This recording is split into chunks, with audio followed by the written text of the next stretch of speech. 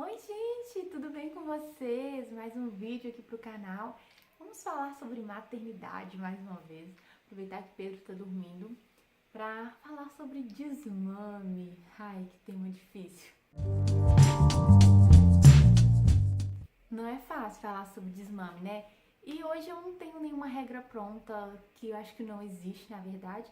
Eu vim pra compartilhar com vocês como que foi o desmame de Pedro, que já tem 2 meses que ele desmamou. E eu queria contar um pouquinho como foi. Eu passei um tempo falando com ele, assim, volta e meia eu falava: Pedro, você tá crescendo, não precisa mais mamar. Da mesma forma também que eu tava falando sobre o desfraude, venho falando até hoje. Nesses 2 meses eu continuo falando e ele ainda não tá me dando muitos indícios que tá perto, não. Mas aí é a questão do desmame.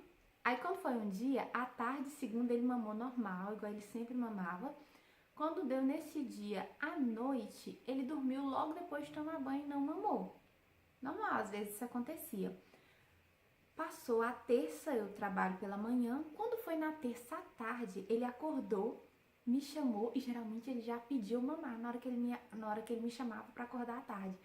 Aí ele me chamou e me abraçou. Aquele abracinho assim, ó, gostoso, quentinho. Aí eu sentei com ele no sofá e ficou um tempo sentado e não pediu. Aí eu falei, estranho. Brincamos, assistimos musiquinha e ele não falou nada. Deu de noite, ele também não falou. Nesse dia à tarde eu dei uma choradinha assim que eu falei, ai, tá amadurecendo, tá chegando o desmame. E ele tava com 1 ano e 11 meses praticamente. Faltava 2 dias pra fazer 1 ano e 11 meses. Aí ficou 3 dias assim. 3 dias ele não pediu. Passou a tarde comigo, não pediu. Deu a hora de dormir, não pediu. No terceiro dia, ele pediu. Eu não tenho certeza se foi no terceiro que ele pediu ou se foi no quarto que ele pediu. Mas aí teve esse intervalo de 3 dias. E aí eu falei, ele já me demonstrou tanta maturidade, tanta segurança nessa mudança, nessa transição, que eu falei, eu vou incentivar. Aí quando ele me pediu, eu falei, não, acabou, não tem mamar mais não. Ele falou, uma vezinha, acabou. E isso foi porque ele tava entediado. Tipo, ele cansou de brincar ali onde é que a gente tava, pediu mamar. Vamos brincar no quarto? Acabou, esqueceu.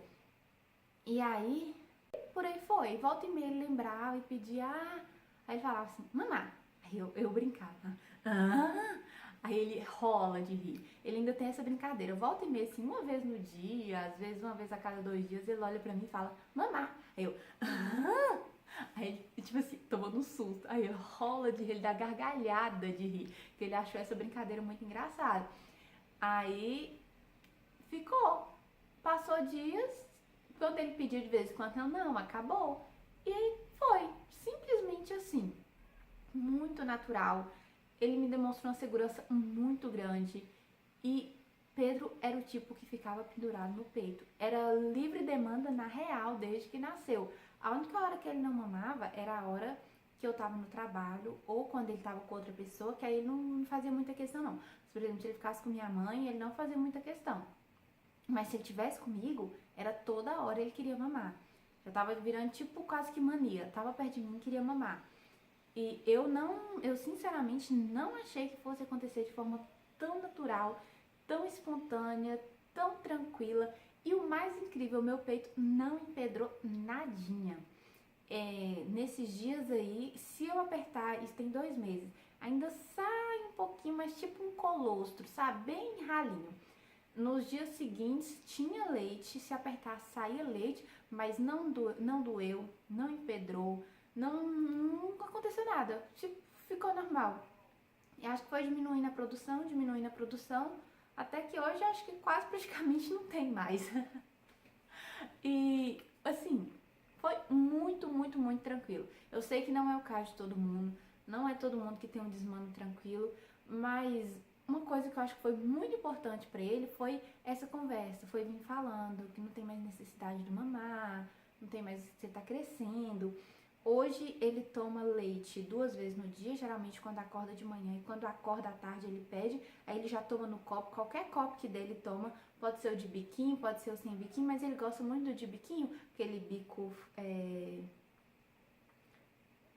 aquele bico durinho, normal, de copinho de criança, E aí ele toma, mas se der ele também num copo, numa caneca, no que der ele vai beber.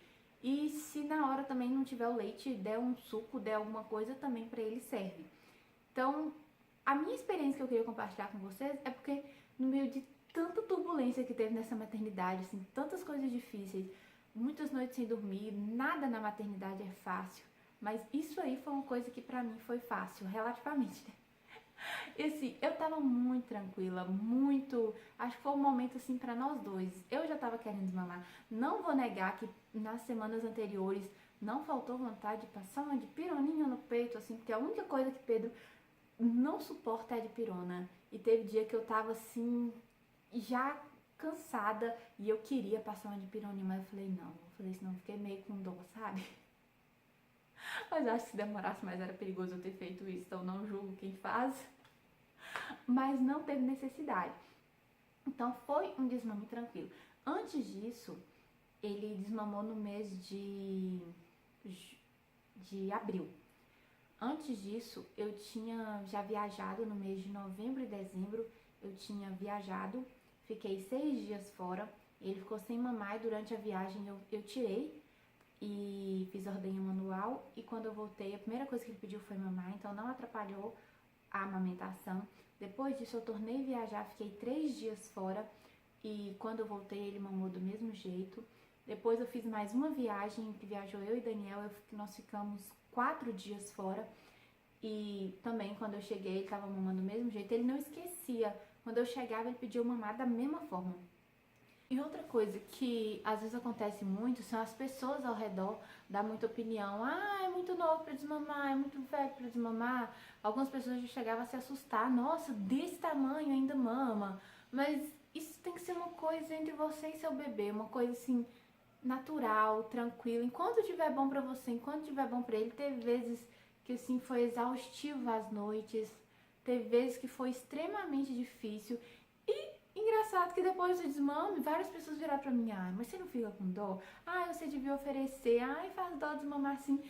E sempre que ele tava demonstrando tanta maturidade, tanta segurança, que não fazia sentido eu oferecer se ele mesmo tava me demonstrando que ele estava pronto, que era hora de conseguir, que era hora de ter essa independência. Então isso foi muito importante para mim e eu penso que é muito importante que você conhece seu filho, você sabe quando é o momento, você sabe quando você se conhece, então você sabe quando é o seu momento, ou quando você chegou no limite, ou quando você ainda quer ir mais um pouco. Então é uma escolha muito pessoal e muito individual. Então, o que eu queria compartilhar aqui hoje, nesse vídeo sobre desmame, é compartilhar a experiência. É contar como que foi aqui, contar que eu acho muito importante ter esse carinho, ter essa conversa, que para criança é importante ter essa conversa. E eu tive essa conversa várias vezes com o Pedro e me surpreendeu a maturidade, a independência que ele demonstrou. Assim, de todas as formas o desmame me surpreendeu e foi uma experiência pra mim assim tão difícil no começo. A amamentação foi muito, muito, muito difícil, mas que finalizou assim de uma forma tão tranquila, tão segura, tão madura. E por isso que eu queria muito vir compartilhar aqui, que as pessoas lá no Stories me pedem, ah, compartilha como que foi, os detalhes.